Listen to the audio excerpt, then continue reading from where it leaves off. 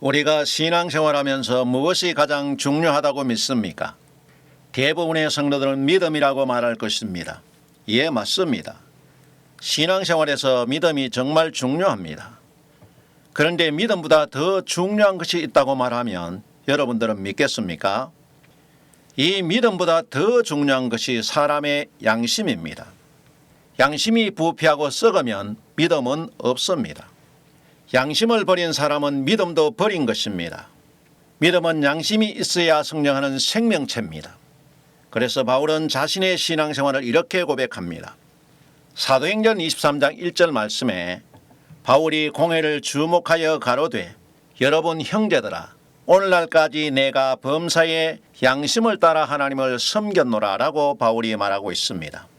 평생을 주를 위해 달려가면서 복음을 전했던 바울이 범사에 믿음을 따라 하나님을 섬겼다고 말하지 않고 양심을 따라 하나님을 섬겼다고 공회에서 고백하고 있습니다. 바울도 많은 성도들에게 믿음을 말했지만 양심을 따라서 성도들을 가르치고 섬겼던 것입니다. 바울이 양심을 따라 양심에 부끄러운 행동을 하지 않았기 때문에 지금도 바울이 존경을 받는 것입니다. 한국교회 목사님들은 큰 교회를 짓고 큰 목회를 한다고 하지만은 존경받는 목회자는 한 명도 없습니다. 큰 교회 목사님들은 모두 양심을 버린 목회자들이기 때문에 그렇습니다. 양심을 버린 목사나 성도는 신분의 귀천을 막론하고 사람에게나 하나님께 귀히 여김을 받지 못하는 것입니다. 우리가 생각할 때 바울같이 믿음이란 말을 많이 기록한 사도가 하나님을 섬길 때 믿음으로 섬겼다는 말을 하지 않고 왜 양심을 따라 섬겼다고 말을 할까요? 믿음보다 양심이 중요하기 때문에 바울은 양심을 따라 하나님을 섬겼다고 말한 것입니다. 그리고 성도들에게 양심을 가지고 양심을 따라 행동하라고 가르쳤습니다.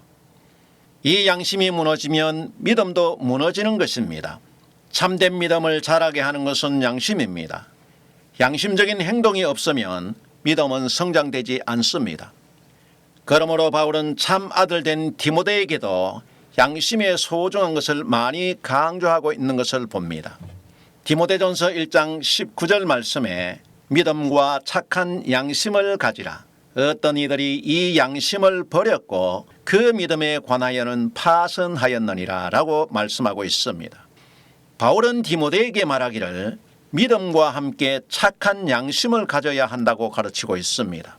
그 이유는 어떤 사람이 양심을 버렸는데 양심을 버린 자들이 믿음에 대해서는 파선한 것을 봤다는 것입니다. 그 사람이 알렉산더와 후메네오였습니다. 파선이 무엇입니까? 배가 부서졌다는 것이죠. 양심을 버린 자들은 배가 파도에 부서지듯이 믿음이 부서졌다고 말씀하고 있습니다. 그러므로 이 양심을 버린 자들은 믿음이 부서지고 깨져서 성장할 수가 없는 것입니다. 양심을 버린 사람은 믿음 자체를 버린 것입니다. 그래서 교회를 다니고 예수를 믿어도 양심을 버린 사람들은 썩은 냄새만 내면서 주의 이름만 망령되이 일컫다가 밖에 버려져서 세상 사람들에게 밟히는 소금이 되고 마는 것입니다. 착한 양심은 우리의 믿음과 신앙을 바르게 성장하게 하고 우리가 하나님 앞에서 부끄러움을 당하지 않도록 도와주는 살아있는 율법 선생인 것입니다. 바울은 고린도 교회 성도들에게 양심이 얼마나 중요한지 우상의 제물을 가지고 양심을 가르쳐주고 있습니다. 고린도전서 8장 7절 말씀부터 보면 그러나 이 지식은 사람마다 가지지 못하여 어떤 이들은 지금까지 우상에 대한 습관이 있어 우상의 제물로 알고 먹는 고로 그들의 양심이 약하여지고 더러워졌느니라. 식물은 우리를 하나님 앞에 세우지 못하나니 우리가 먹지 아니하여도 부족함이 없고 먹어도 풍족함이 없으리라. 그런즉 너희의 자유함이 약한 자들에게 거치는 것이 되지 않도록 조심하라. 지식 있는 내가 우상의 집에 앉아 먹는 것을 누구든지 보면 그 약한 자들의 양심이 담력을 얻어 어찌 우상의 제물을 먹게 되지 않겠느냐. 그러면 내 지식으로 그 약한 자가 멸망하나니 그는 그리스도께서 위하여 죽으신 형제라. 이같이 너희가 형제에게 죄를 지어 그 약한 양심을 상하게 하는 것이 곧 그리스도에게 죄를 짓는 것이니라. 그러므로 만일 식물이 내 형제로 실족해 하면 나는 영원히 고기를 먹지 아니하여 내 형제를 실족지 않게 하리라 라고 바울이 말씀하고 있습니다. 고린도는 도시의 중심인 산 위에 거대한 아담의 신전에서 날마다 드리는 제사 제물들이 시장에 내다 팔리고 있었습니다. 시장에서 파는 고기들은 거의 대부분이 제사 제물이라고 보면 됩니다. 고린도에 사는 그리스도인들은 당연히 시장에서 파는 고기를 사서 먹어야 했고, 그 고기들은 우상의 신전에 드려진 제물이기 때문에 우상에게 드려진 고기를 먹어도 되는지 갈등이 있었던 것입니다. 바울은 우상의 제물에 대해서 우상의 제물을 먹을 수 있지만은 우상의 제물을 먹음으로 인해서 믿음이 약한 자의 양심을 상하게 한다면 그것은 그리스도에게 죄를 짓는 것이라고 말씀하고 있습니다. 고기를 먹음으로 믿음이 약한 자의 양심을 상하게 한다면 바울은 영원히 고기를 먹지 않고 형제를 실족하지 않겠다고 말씀하고 있습니다. 이것이 바울이 범사의 양심을 따라 하나님을 섬기는 모습입니다. 바울은 음식이 하나님 앞에서 나를 세워주지 않는다고 했습니다. 그래서 우상의 제물이라고 하지만 감사함으로 먹으면 된다는 것도 알고 있습니다. 그러나 내가 우상에게 드린 고기를 먹음으로 형제가 실족할 수 있다면 바울은 평생 고기를 먹지 않고 살겠다는 것입니다. 정말 양심을 지키기 위해서 엄청난 결단을 하는 것입니다.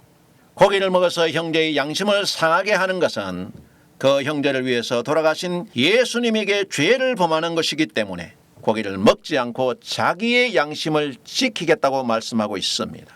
이것이 범사의 양심을 따라 하나님을 섬긴 바울의 믿음입니다.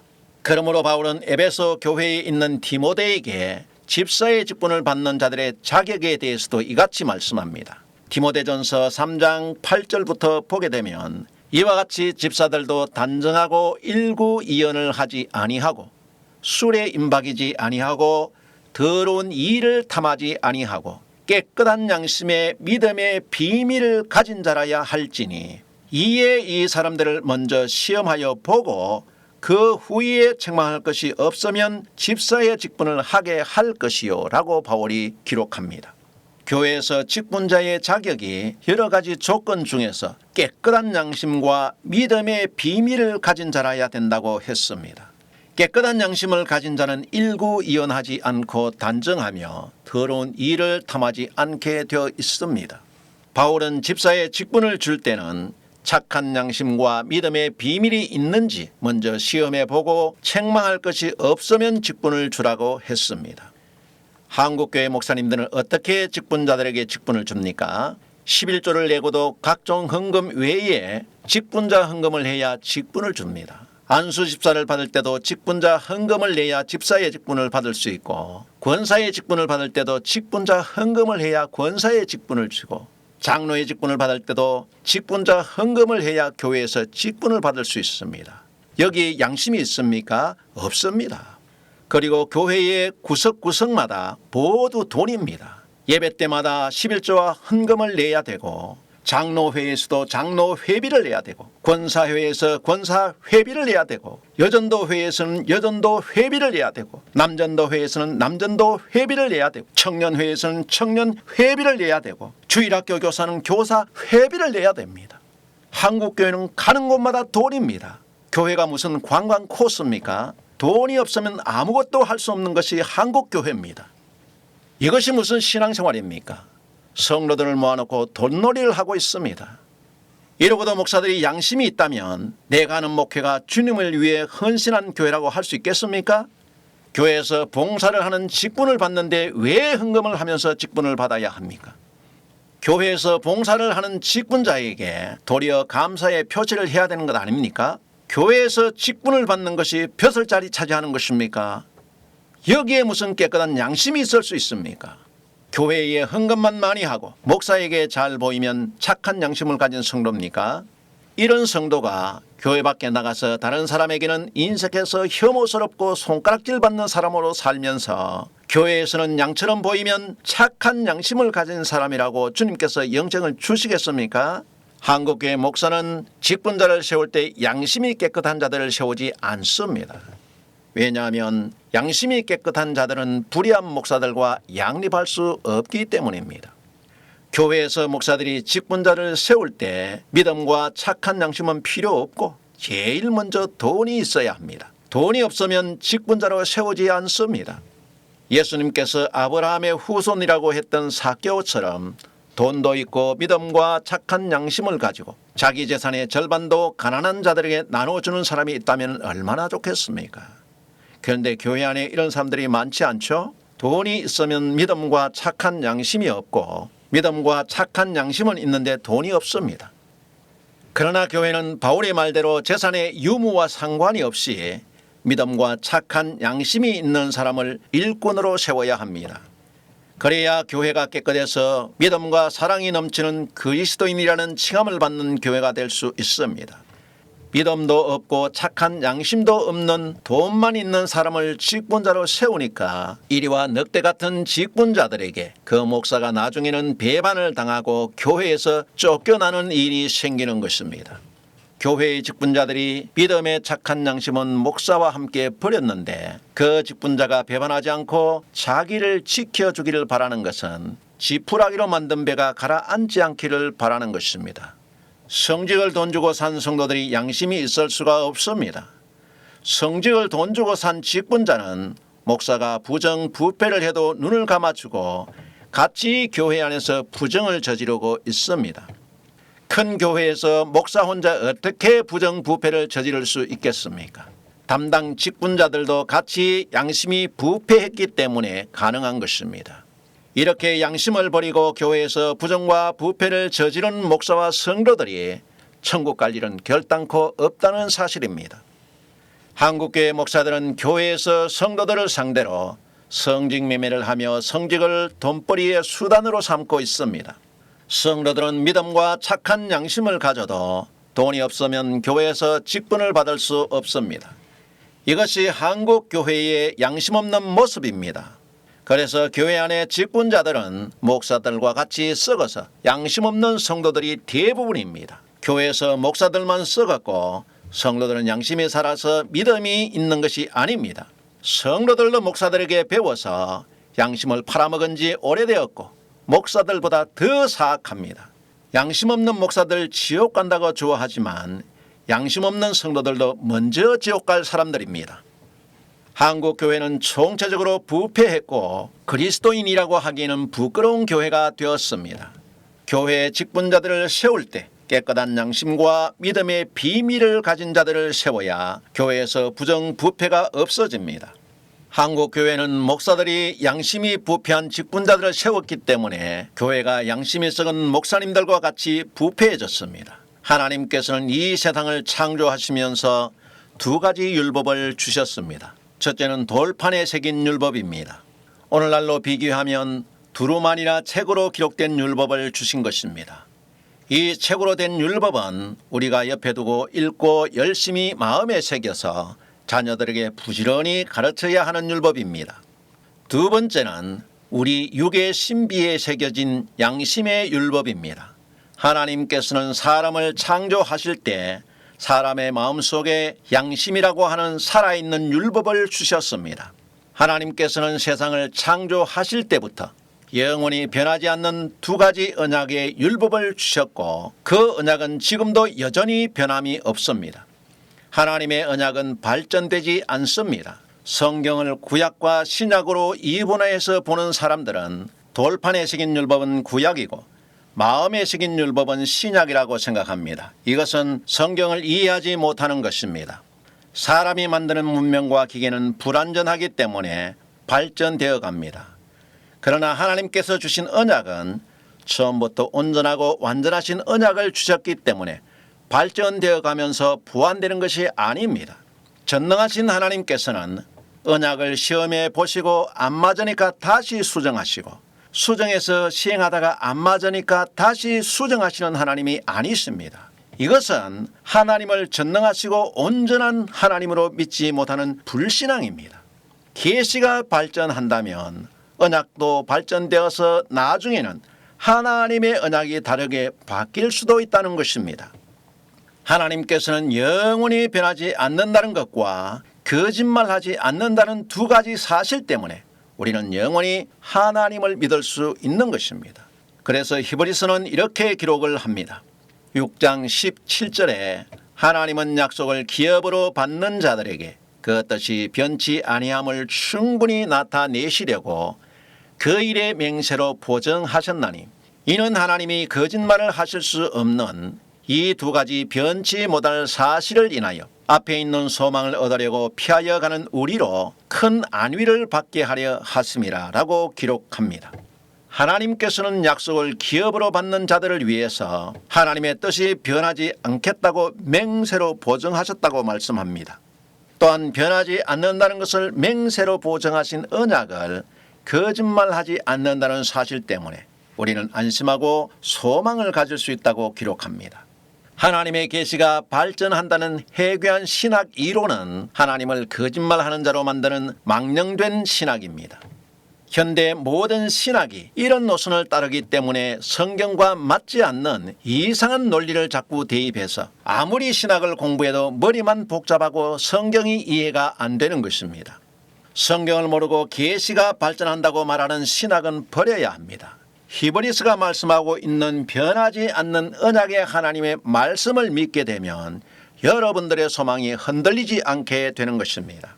하나님은 어느 시대 누구에게나 아담부터 지금까지 변하지 않는 동일한 언약을 주셨다는 사실을 알아야 합니다. 하나님의 언약을 해석하지 못하면 자유의지나 외쳐대고 계시와 언약의 발전을 말하는 것입니다. 신학자들이 말하는 것처럼 구약에는 불완전한 언약을 믿었고 오늘날은 완벽하게 수정된 하나님의 언약인 예수님을 믿기 때문에 누구든지 예수님의 이름만 부르면 구원을 얻는 것처럼 하나님의 말씀을 잘못 전하고 있는 것입니다. 이런 잘못된 생각을 가지고 있기 때문에 목사들이 아무리 불법을 저질러도 발전된 최신 버전 복음인 예수님의 이름을 믿기 때문에 구원을 얻는다는 착각 속에 불법 목회를 하는 것입니다. 예수를 믿는 사람들은 행위와 상관이 없고 무조건 구원을 얻게 되고 행위는 천국에서 상급과 관계가 있다고 말합니다. 구원은 무엇이고 상급은 무엇입니까? 우리의 구원이 영원한 상급입니다. 예수님이 우리의 영원한 기업이요 가장 귀한 상급입니다. 예수님께서 죽었던 우리를 다시 살리시고 영원한 생명을 주신 것이 상급입니다. 예수님 외에 무슨 상급이 더 필요합니까? 예수 그리스도로 말미암아 죽었던 영혼을 살려서 영생을 주셨는데 이제는 천국에서 상급을 달라고 졸라댑니까? 천국에서도 세상처럼 상급 많이 쌓아서 쌓아놓고 부자로 살고 싶습니까? 천국이 상급 받아서 쌓아놓고 사는 세상과 같은 줄 아십니까? 물에 빠진 사람 건져주니까 보따리 내놓으라는 격입니다. 하나님 아버지께서 자기의 독생자 예수님의 생명을 주시기까지 모든 것을 주셨는데 하나님의 아들 예수님보다 더 나은 무슨 상급을 달라는 것입니까? 이것은 하나님 아버지의 자리를 내놓으라는 말입니다. 이런 허황된 교리에 속지 마시기 바랍니다. 교회 문턱이 여러분들에게 구원에 대한 합격의 문턱이 아닙니다. 이런 것은 천주교 신부들이나 성당에서 영세를 주면서 하는 말입니다. 천주교는 이방 종교지에 기독교 큰 집이 아닙니다. 천주교는 바벨론 음녀 종교입니다. 적그리스도들입니다. 하나님께서는 이스라엘 백성이라도 악을 행하는 자기 백성을 버리셨고 교회 다니는 성도라 해도 하나님의 말씀을 지키지 않는 사람은 버리시는 것이 하나님의 공입니다. 교회 다니고 예수님을 믿는다고 불법과 악한 행동을 해도 상급은 안 주지만 구원을 준다면 예수님께서 불의한 하나님이십니까? 세상에서 금수저라는 자녀들이 불법한 행동을 해도 돈과 권력이 있기 때문에 봐주는 것과 무엇이 다릅니까? 하나님이 이런 불의한 하나님이십니까? 이스라엘 백성이라도 악을 행하면 버리고 교회 다니며 예수를 믿어도 불의를 행한다면 버리는 것이 복음에 나타난 하나님의 공의와 정의라고 바울은 기록하고 있습니다. 그러므로 교회 다니는 것과 구원은 아무 상관도 없습니다.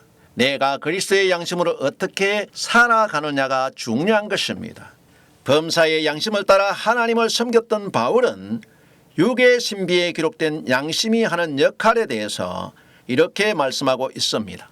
로마서 2장 12절로부터 보면 무릇 율법 없이 범죄한 자는 또한 율법 없이 망하고 무릇 율법이 있고 범죄한 자는 율법으로 말미암아 심판을 받으리라. 하나님 앞에서는 율법을 듣는 자가 의인이 아니요 오직 율법을 행하는 자라야 의롭다 하심을 얻으리니 율법 없는 이방인이 본성으로 율법의 일을 행할 때는 이 사람은 율법이 없어도 자기가 자기에게 율법이 되나니 이런 이들은 그 양심이 증거가 되어 그 생각들이 서로 혹은 송사하며 혹은 변명하여 그 마음에 새긴 율법의 행위를 나타내느니라. 곧 내 복음에 이른 바와 같이 하나님이 예수 그리스도로 말미암아 사람들의 은밀한 것을 심판하시는 그날이라 라고 말씀하고 있습니다. 바울은 사람들의 은밀한 것을 심판하시는 그날에 어떻게 심판을 하시는지 설명합니다. 바울은 말하기를 율법이 있든지 없든지 어떻게 살아가는 것이 믿음과 양심인지 말씀하고 있습니다. 심판 때에는 양심이 증거가 되어서 마음에 새긴 율법의 행위를 나타낸다고 말씀합니다. 하나님께서는 사람의 마음마다 율법을 새겨 놓았다고 로마서 2장 15절에 말씀하고 있습니다. 바울은 말하기를 율법이 없이 범죄한 자들은 율법 없이 심판을 받고 율법을 가지고 범죄한 자들은 율법으로 말미암아 심판을 받는다고 말씀합니다. 하나님께서는 모든 사람들에게 누구도 부인할 수 없도록 마음에 새긴 양심의 율법을 주신 것입니다. 하나님께서는 돌에 새긴 율법을 받지 못했어도 심판을 하시고 돌에 새긴 율법을 받은 자도 심판을 하신다는 말씀입니다. 율법이 있는 자나 없는 자나 심판을 받는 기준은 양심을 따라 심판을 받는다고 말씀합니다. 율법이 없는 자도 하나님께서 마음의 신비에 새긴 양심의 율법을 따라 온 세상의 사람들을 심판하시는 것입니다. 율법을 듣지 못한 사람은 율법이 없다고 하나님께서 그들을 심판하실 기준이 없기 때문에 심판하지 못하시는 것이 아니라는 것입니다. 하나님께서는 창세로부터 온전한 율법을 사람들에게 주셨습니다. 하나님의 형상대로 지으신 하나님의 형상이 양심입니다. 복음에 나타난 하나님의 의인은 하나님의 율법을 듣는 자가 의인이 아니고 율법을 행하는 자가 의롭다고 말씀하고 있습니다. 율법이 없는 이방인도 양심의 법을 따라 심판을 받고 의인과 악인이 갈라지는 것입니다. 하나님 앞에서 양심에 새겨놓은 율법이 모든 것을 나타내기 때문에 살아있는 양심이 증거가 되는 것입니다. 요즘 유튜브 동영상에 보면 이순신 장군과 세종대왕은 지옥에 갔는지 천국에 갔는지 제목을 가지고 설교를 하는 것을 봤습니다. 그런데 천국과 지옥을 장난감 로봇을 가지고 자유의지로 설명을 하는데 제대로 설명을 못하고 설명을 하니까 듣는 자도 이해가 안 되고 설교하는 목사도 무슨 설교를 했는지 자기도 모르는 설교를 하고 있는 것입니다.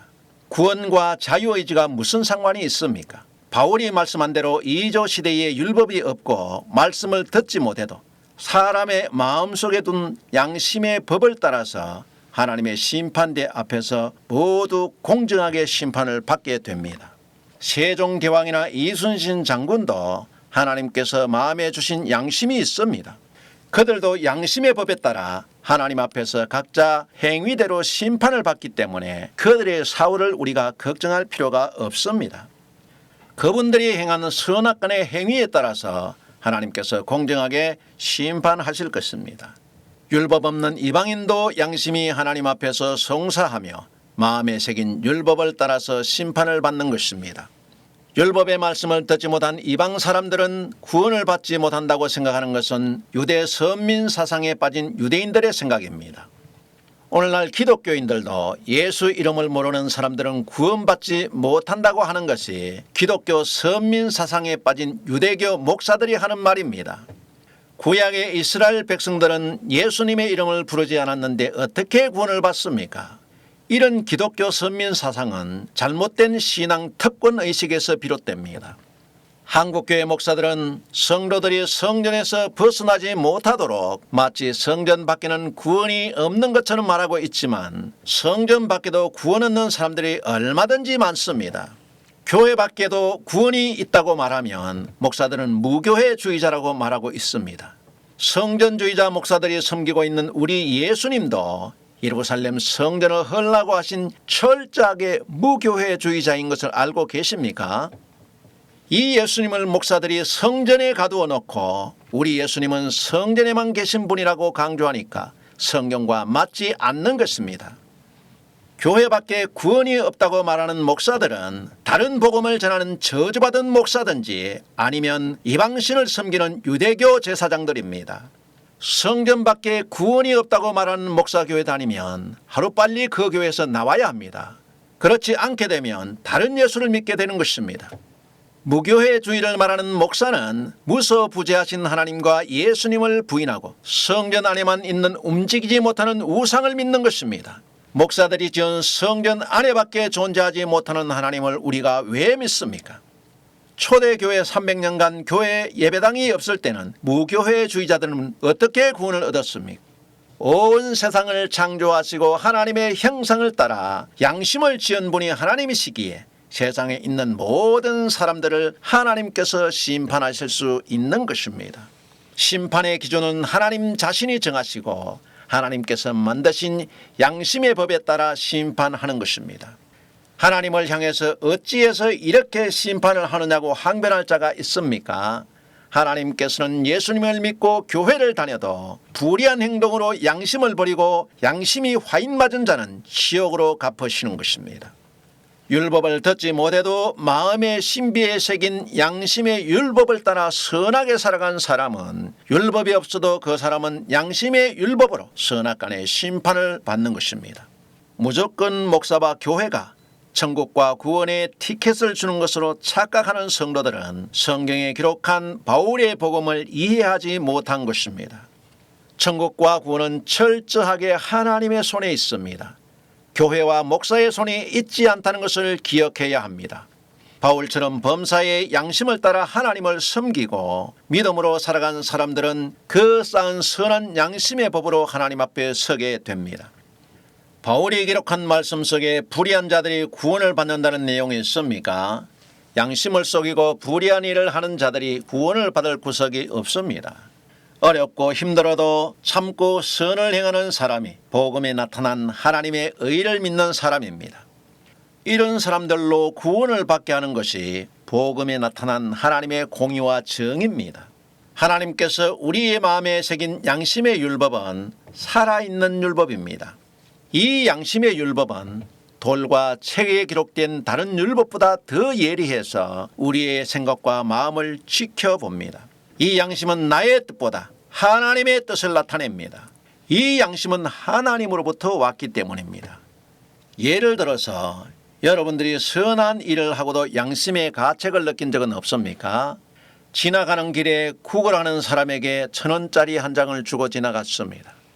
지나가다가 뒤돌아보면서 1,000원을 주고도 마음이 걸려서 이왕이면 10,000원을 주고 올 걸 하고 양심의 가책을 받은 적은 없습니까? 이 양심은 나의 편에서 율법을 실천하는 것이 아니라 하나님의 편에서 율법을 실천하는 것을 요구하기 때문에 선을 행하고도 나의 양심의 가책을 느끼는 것입니다. 이것이 양심입니다. 그래서 바울은 믿음이라는 말을 하기 전에 먼저 항상 양심을 따라 행동했던 것입니다. 바울은 하나님 앞에서 양심을 따라 심판을 받는 장면을 로마서 14장에서 이렇게 말씀합니다. 로마서 14장 11절에 기록되었으되 주께서 가라사대 내가 살았노니 모든 무릎이 내게 꿇을 것이요 모든 혀가 하나님께 자백하리라 하였느니라. 이러므로 우리 각인이 자기 일을 하나님께 직고하리라 라고 말씀하고 있습니다. 바울은 말하기를 권능의 주님께서 살아계시기 때문에 세상의 모든 권세가 주님께 무릎을 꿇을 것이고 사람의 욕심대로 움직이고 능히 길들일 사람이 없었던 혀도 하나님의 권세에 무릎을 꿇고 그 혀가 그 사람이 했던 모든 일을 하나님께 자백하며 직고한다고 했습니다. 어떻게 자백하며 직고하겠습니까? 바로 양심에 새겨진 율법을 따라서 하나님께 자백하고 직고하는 것입니다. 이때는 내 혀가 내 것이 아닙니다. 혀를 지은 하나님께 돌아가는 것입니다. 이 혀가 양심의 법을 어긴 모든 것을 하나님께 송사하는 것입니다. 그래서 우리가 하나님 앞에 모든 것이 벌거벗은 것처럼 드러나게 됩니다. 양심을 속이는 자들은 양심의 말을 듣지 않고 불의한 일을 하면서 이 혀로 사람을 죽이기도 하고 살리기도 하는 악을 행합니다. 그러나 심판 때에는 내 혀가 내 말을 대변해 주는 것이 아니라 내 혀가 하나님께 무릎을 꿇고 양심의 말을 대변해서 하나님 앞에 나를 송사하는 것입니다. 심판 때에는 모든 무릎도 하나님 앞에 꿇게 되고 내 입과 혀도 내 마음대로 되는 것이 아닙니다. 모든 지체가 하나님 앞에 굴복되고 양심이 마음에 새긴 율법의 행위를 나타내고 자백하는 것입니다. 양심을 버리고 양심을 따라 살지 않는 사람은 예수님을 믿어도 구원받지 못하고 지옥 갑니다. 양심을 버린 자는 믿음이 파손했기 때문입니다. 믿음이 부서지고 없는데 어떻게 구원을 얻겠습니까? 예수님의 마음을 가진 자들이 악을 행하면 양심의 가책 때문에 살 수가 없습니다. 그러나 양심이 화인 맞은 사람은 사람이나 하나님 앞에서 악한 일을 하고도 부끄러운 줄을 모릅니다. 모양은 광명의 천사라고 가정해서 양의 탈을 쓰고 있지만 속에는 이리와 늑대 같은 짐승의 마음을 가졌기 때문입니다. 악을 행한 자는 음부에 숨어도 그 악은 드러나고 하늘 끝에 숨어도 그 악은 양심과 혀에게 고발당하고 마는 것입니다. 양심이 화인 맞고 자신의 배만 섬기고 욕심으로 성도들의 영혼을 죽이는 양심 없는 목사는 지옥밖에 갈 곳이 없습니다. 양심을 버리고 성도들을 실족시키는 목사들은 반드시 지옥 갑니다. 성도들도 교회를 다닌다고 양심을 버리면 믿음은 파손합니다. 예수를 믿기 때문에 불의하게 살면서도 구원을 얻는다는 생각은 양심에 화인 맞은 생각입니다. 사단의 속삭임입니다. 우리도 바울과 같이 범사의 양심을 따라 하나님을 섬기고 형제들의 양심을 상하게 하지 않는 믿음과 착한 양심을 가지시기 바랍니다.